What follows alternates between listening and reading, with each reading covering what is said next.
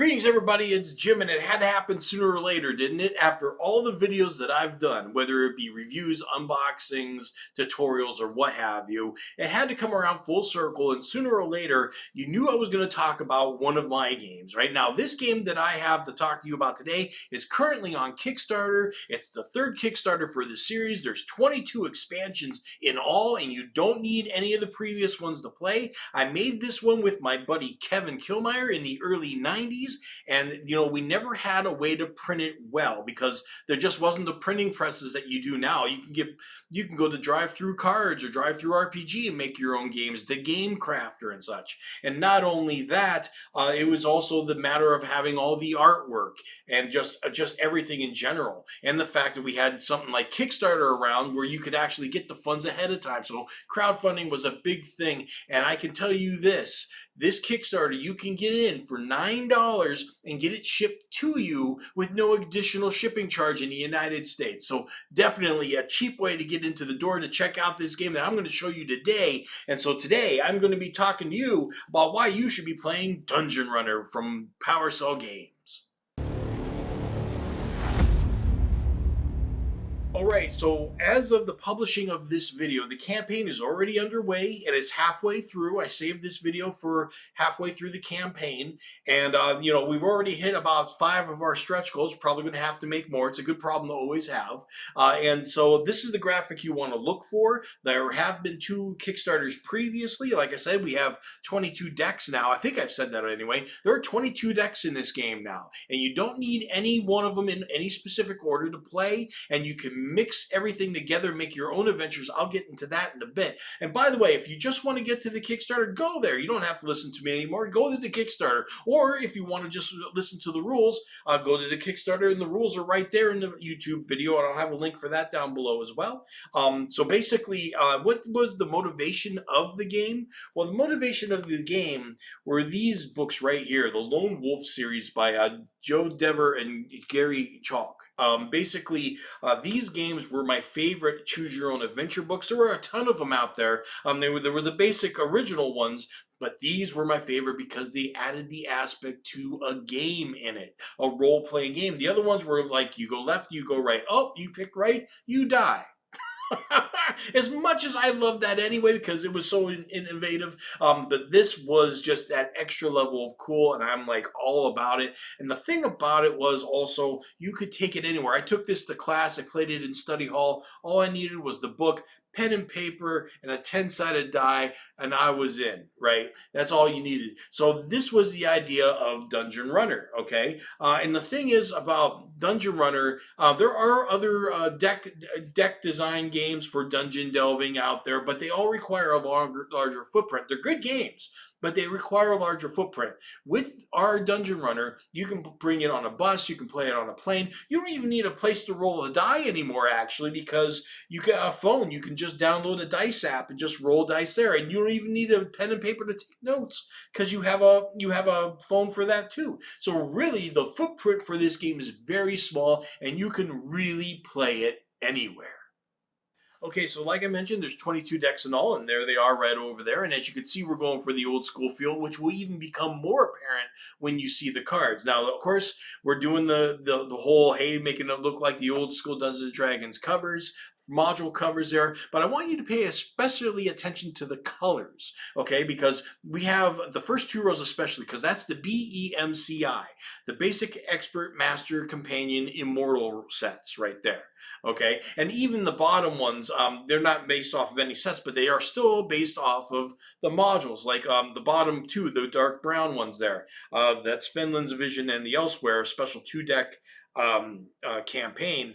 That's based off of the module, The Lost Caverns of Tahajaneth. I think I said that right, actually, on the first go. But I don't blame myself for not being able to say it right if I didn't, because you probably can't say it right either. But anyway, the thing is, though, with these decks, you can mix and match and make your own creations, make your own adventures. Each deck comes with 10 different adventures in it, but there's nothing stopping you from making your own. Okay, so here we have the cards, and as you can see, definitely going for the old school look on the inside of the game as well as just on the cover. We definitely have it's all black and white. It's on notebook paper, as you would play with your kid a composition notebook if you remember those. Definitely some beautiful black and white artwork. Some of the earliest decks, of course, were done. The artwork was done. The cover on the back of every card was done by my brother, Origins award-winning artist Christopher Isert.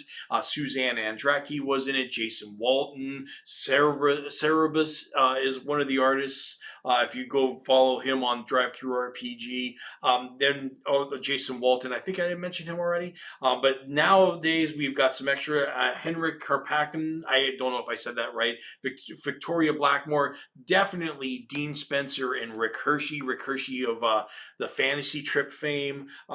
You'll see him around there, and he's got tons of monsters in this. And Dean Spencer not only gave me some monsters, but some great ideas. He had some ways of drawing some situations.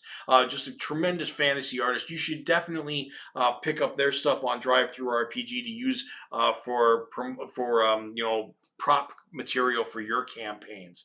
No doubt about it. But these are just some of the cards that you'll get, and there's a ton of cards in this new set.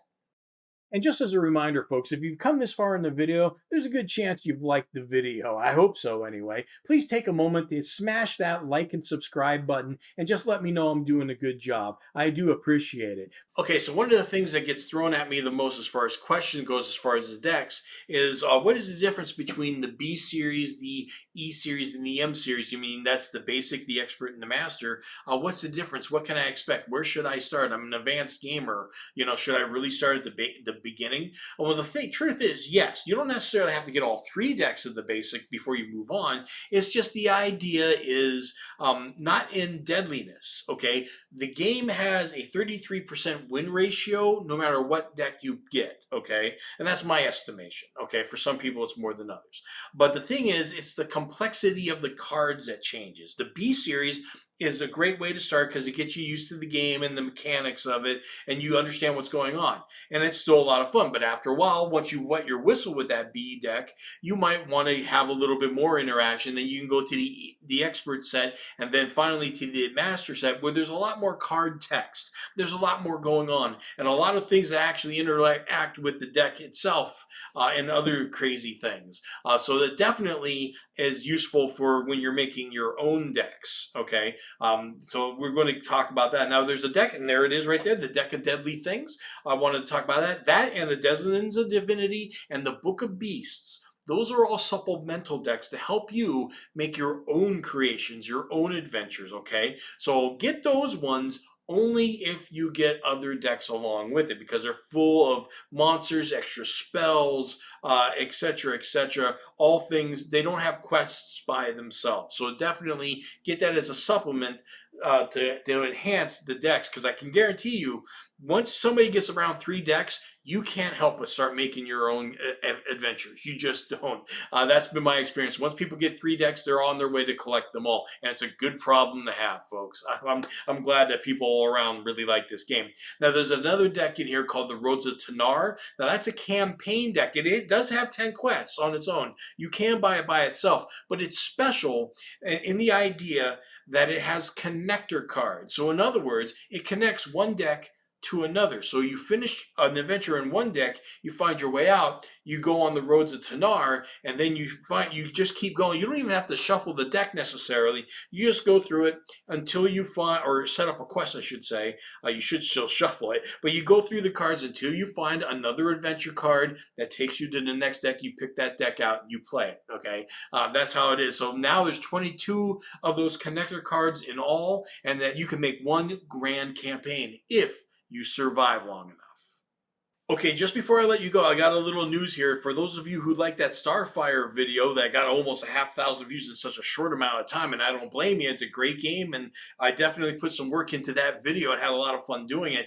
I am going to do another video on Starfire, but this time I'm going to have a special guest, Matthew Olson from Starfire Design Studio, and we're going to talk things through there, so get ready for that. Plus, I have also got, since we're talking space games, my spaceship combat game, Ascension of the Galaxy is going to have another Kickstarter, this time for a physical version of the game. And as you know, I've already got my Kickstarters half in the bag before I get them out there, so I'm not going to have to wait too long after Dungeonrunner ends to start this one. I already have this one. I already got prototypes. My second set of prototypes on Dungeonrunner are already in, so that's already set to go. So hopefully I'll be able to make a whole game, but I think depending on what's going on in China, at the very least, I'm going to be able to make a physical rule book. Okay, whether I have counters or not, we'll have to see how things go with what's going on overseas. Okay, but anyway, get to the Dungeonrunner Kickstarter and may your dice roll critical.